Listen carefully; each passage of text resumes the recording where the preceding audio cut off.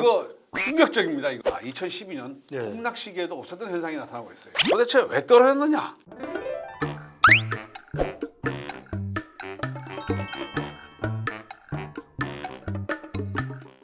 예, 세종시 같은 경우에는 이제 진짜 지난해 전국에서 집값이 제일 많이 올라가지고 공시 가격도 뭐 거의 2배 가까이 막 오르는 오르고 경우도 막 뭐 수출할 지금 만큼 종부세도 나오고 예, 어마어마하게 네. 뜨거운 곳인데 집값이 이제 올해 이렇게 너무 갑자기 또 네. 지금 막 추락하는 분위기인데 이거 뭔가 근데 새로운 걸 하나 발견하셨어요? 지금 KB의 예. 주간 단위의 그 조사 매수 예. 우위 지수가 0으로 떨어졌습니다. 매수 우위 지수가 0이다. 아 이거는 저희 땅 짓고 봉다방의 단독 아닙니까? 이거? 아, 지금 딴 처음 데서- 듣는 얘기 예, 같은데 예. 이거. 이거 충격적입니다. 이거 사실은 매수 우위 지수 제로 거의 역사상 없었던 일이에요. 아, 저 들어본 적이 없는 것 같은데 뭐 한번 보시죠. 한번. 예. 보시죠. 예. 예. 작년에 펄펄 끌어올랐던 세종시가 예. 지금 날개 없는 추락을 한다 이런 얘기까지 나오고 있습니다. 작년 집값 상승률 1위였습니다. 올해는 17주 연속 하락, 18주 연속 하락 지금 떨어지고 있습니다. 예. 이 도대체 왜 떨어지는가? 이거 정말 이게 세종시의 모습이 서울의 미래, 전국의 미래이냐 지금 예. 논란이 뜨겁습니다. 자, 근데 충격적인 수치가 나왔습니다. 세종시의 매수 우위 지수 예. 이게 제로로 떨어졌습니다. 이게 매수 우위 지수는 뭐냐면 국민은행이 중개업소를 대상으로 예. 저 매수자가 많으냐 매도자가 많으냐라는 예. 조사를 하는데 예. 지금 작년에 6월, 7월 그때 세종시의 집값이 폭등했을 때 예. 그때 매수 우위 지수가 180까지 올라갔었어요. 180이요. 예. 그러다가 쭉 올해 빠지기 시작하더니 100 이하로 떨어진 게 한 뭐 올해 6월 정도였죠. 1년 예. 만에 떨어지더니 지금 쭉 떨어져서 40 이렇게 쭉 떨어지더니 드디어 0으로 떨어져 버렸어요. 0으로. 이거 충격적입니다. 0. 한 명도 없다는 얘기네요. 쉽게 말하면. 그러니까 뭐 쉽게 중개업자 중에 말하면. 예. 네, 그렇죠. 그다음에 매도자 많음이 100%, 예. 매수자 많음이 제로예요. 예. 이게 보통 보면 그래도 아무리 어려워도 막 한 10 이 정도 나왔는데 이거 사실은 이렇게 되면 이런 방향이 이제 이런 식으로 냉각되면 예. 다시 이게 회복되는데 시간이 상당히 걸리는 거 아니냐 예. 이런 또 우려를 낳습니다. 서울하고 한번 비교를 해보시죠. 예.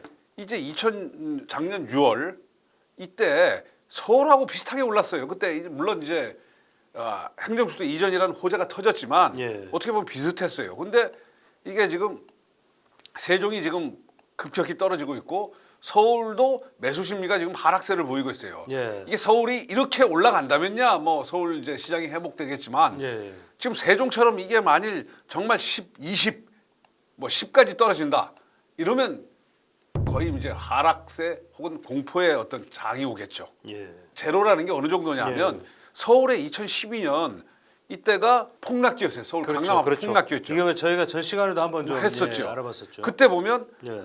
매수자 많음은 제로였지만 그래도 매도자 많음이라는 게 있어가지고 어쨌든 한 8 정도까지 갔어요. 예. 아무리 떨어져도 0까지 간 적은 없어요. 예. 근데 드디어 세종에서 0을 기록했어요. 예. 이거는 생각보다 세종의 부동산 시장이 훨씬 더 깊숙하게 냉각될 수 있다. 가격이 좀 하락세가 더 지속될 수 있다. 예. 뭐 이런 걸 보여주는 거 아닌가 합니다. 지금 보시다시피 작년에 집값 상승률이 세종이 42.74%, 예. 서울 12.342%예요. 전국 9%, 훨씬 셌죠. 뭐 거의 4배 가까이 뭐. 네, 그렇죠. 이랬는데 올해 11월까지 이렇게 보면 세종이 어쨌든 상반기 좀 올라가지고 하반기 떨어졌지만 예. 근데 보면 연수구, 인천 연수가 40%예요. 예. 오산이 45%. 예. 우리 이런 생각을 할 수 있는 뭐냐 하면 야 연수나 오산도 이게 한 40%씩 오른데도 그 다음에 세종처럼 될 수도 있는 거 아니야? 뭐 이런 뭔가 이렇게 이런 느낌을 예. 좀 줘요. 싸합니다. 싸하죠. 그러면 도대체 세종에서 무슨 일이 일어나고 있는지. 자, 세종은 또 전세 시장도 싸해요 지금. 예. 작년에 세종의 전세 상승률이 26%나 됐어요 무려. 예. 근데 올해 2.86%. 사이 뭐 보합세고 사실은 지금 와서는 좀 떨어지고 있는 추세입니다. 세종시의 월간 변동률을 한번 보죠. 부동산원 조사에 보면 2000년에 작년에 7월에 무려 7, 8월에 보면 6%, 9% 어마어마한 폭등이었죠. 예. 폭등 원인은 좀 이따 살펴보겠습니다. 네. 그러다가 올 초만 하더라도 좀 오르는 것 같았어요. 왜냐하면 5월까지는 그래도 강보합이다 뭐 예. 이런 정도 나왔는데 6월부터 하기 시작하더니 하락률이 점점 세지고 있어요. 예. 그 주간 단위의 하락률을 한번 보시죠. 이게 부동산 원조사입니다. 예. 쭉 하락폭이 커지고 있어요. 그러니까 점점 굉장히 더 떨어질 수 있다. 예. 뭐 이런 걸 지금 특별한 사정이 없다면 변수가 없다면 더 떨어지는 거 아니냐 이런 생각을 하게 됩니다. 그러다 보니까 이제 뭐 나오죠. 많은 유튜버들이 롤러코스터를 탔다. 세종시 시값 10억에서 7억, 3억 하락했다. 세종 아파트 더 떨어진다. 작년 아파트값 상승률 1위, 세종시 지금은 전국 꼴찌. 근데 구체적으로 한번 이 개별 아파트를 한번 살펴보시죠. 예. 이게 이게 세종의 중흥 S클래스 에듀퍼스트 굉장히 인기 있는 아파트 모양이더라고요. 예. 이게 보면 2019년에 한 6억까지 했어요. 6억 예. 하던 게 올 초에 9억 5천만 원에 팔렸던 게 지금 최근에 8억 1,500만 원 팔렸어요. 예. 그렇게 보면 고점이 우리는 지금 뭐 6월 달부터 이제 가격이 떨어졌다고 생각하지만 사실상 실제 아파트 거래에서 보면 작년 말 올해 초가 고점이었던 것 같아요. 예. 그러니까 사실은 이게 우리 지표상 나타나는 건 몇 달 늦게 나타나요. 예. 여기도 보면 최고가가 작년 11월이었어요. 11억 2천만 원. 예. 근데 이게 지금 11월에 8억 4천만까지 떨어졌어요. 3억 가까이 떨어진 거죠. 그런데 아까 말씀한 중요한 거는 고점이 작년 말 올 초였다는 거예요. 근데 수치상으로 보면 우리 아까 지표 보셨지만 5월 달부터 떨어진 걸로 나와요. 그러니까 지금 사실 이걸 어떻게 볼 수 있냐면 서울의 집값이 지금 보합세로 있지 않습니까? 예. 이로 떨어졌는데 이게 이미 정점을 지났다는 반등하지 못하면 정점을 지난 것으로도 해석이 가능한 것 같아요. 예. 어차피 이제 조금 늦게 지수상으로 올라가니까 되니까. 지금 예. 지수상으로는 서울의 집값은 계속 오르는 걸로 그렇죠. 돼 있어요. 예.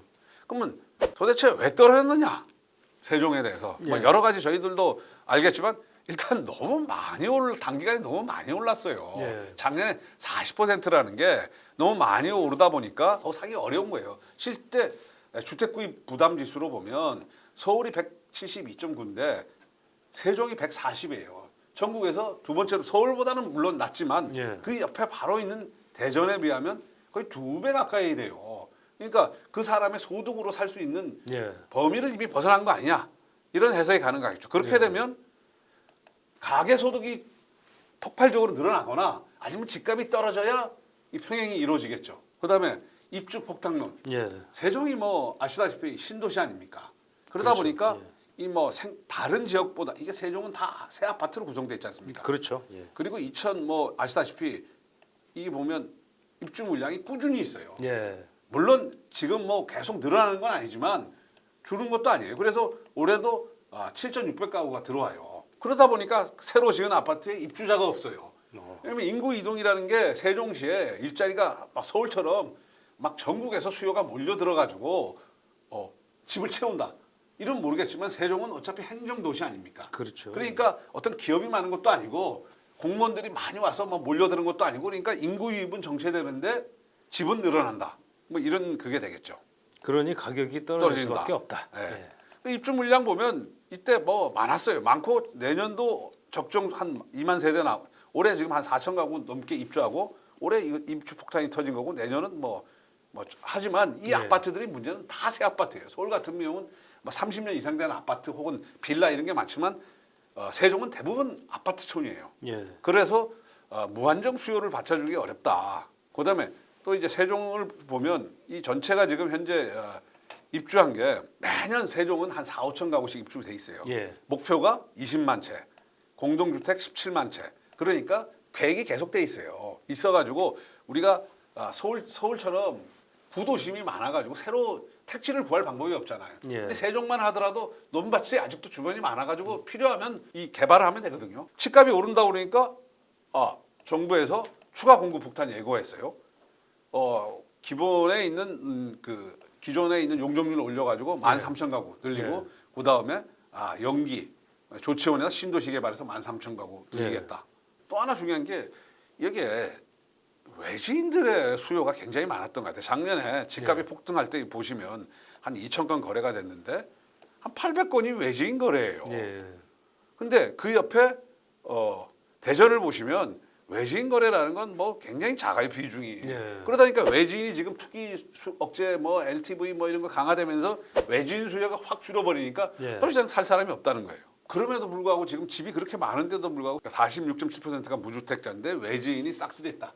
투기판 됐다. 뿔난 세종 주민들의 목소리 커졌다. 이게 세종시의 어떤 좀 주택 구조가 예. 50%를 공무원들한테 우선 배정했잖아요. 그렇죠. 막 공무원 천국이죠. 아까 말씀드렸지만 대체수 여기 보시면 대전이 고향이시니까 잘 아시죠. 예. 이 세종시 옆에 바로 대전이 붙어 있어요. 그래서 그렇죠. 한 네. 20분 뭐 맞습니다. 차로 한 20분 걸리죠. 차로 한 20분 걸리니까 여기가 그렇게 오르면 여기 대덕, 유성 여기도 굉장히 인기 살기 있는 좋습니다. 지역입니다. 그다음에 네. 여기는 세종만 하더라도 아파트 중심이라 가지고 아파트만 아니면 선택의 여지가 없어요. 비싼 아파트. 그러니까 사실은 인구들이 유입되기 어려워요. 근데 대전만 하더라도 아파트, 빌라, 다세대 다양하게 있어가지고 젊은 사람서부터 뭐 또 돈이 많거나 적거나 선택의 폭이 넓어요. 그러다 보니까 가격은 오르고 오르다 보니까 일로 대전으로 많이 오시는 것 같더라고요. 뭐 대전과 다른 세종의 집값은 뭐냐면 흔히 얘기하는 게 정치인이 올린 집값이라는 얘기를 해요. 예. 뭐냐면 2017년에 문재인 대통령이 임기 내 개헌이 되면 세종시를 행정수도로 정하고 서울을 경제수로 육성하겠다. 그래서 예. 뭐 부처를 더 이전하고 뭐 그런 공약을 했어요. 근데 당시만 하더라도 그게 별로 주목받지 못했어요. 그런데 2020년 7월에 더불어민주당 김태년 원내대표가 교섭단체 연설에서 청와대와 예. 기억이 납니다. 예, 예. 구역회의 세종시 이전을 추진하겠다 이런 발표를 했어요. 그러니까 그때 폭발적으로 막 그냥 그 전에 뭐 한 0.3% 오르던 게 뭐 2% 오르던 게 6%, 그다음에 9%, 4% 올랐어요. 이게 막 40% 물론 이때 대전만 불장은 아니었어요. 서울도 불장이었는데 대전이 더구나 확 타오른 거예요. 근데 보통 이런 지역 호재라는 게 침체기에는 그냥 호재라는 게 악재예요. 별로 아무도 관심 없어요. 근데 이런 호황기 때는 악재도 호재로 해석할 정도인데 진짜 호재예요. 그러니까 막 불타올랐던 거예요. 그 전에는 50% 특공이라고 그래서 공무원들한테 배정을 했어요. 그러면 공무원들이 이거 사가지고 실제로 공무원들이 가족들이 다 내려간 경우도 있지만 상당수는 또 서울에서 출퇴근하는 분이 많지 않습니까? 예. 그래서 그걸 전세 물량으로 내놓는다. 그러면 어떻게 되겠습니까? 전세 물량이 너무 많은 거예요. 그리고 이 특공의 20%를 특공 받은 물량의 20%를 공무원들이 또 전매를 했던 모양이에요. 그러니까 한때 문제가 됐었죠. 그렇죠. 그래서 이제 특공을 없애기로 했는데 그러다 보면 뭐냐면 파는 사람은 많아요. 돈이 올라서. 근데 사줄 사람들은 예. 외지인들의 투자 수요 말고는 그렇게 많지 않았던 모양이더라고요. 생각보다.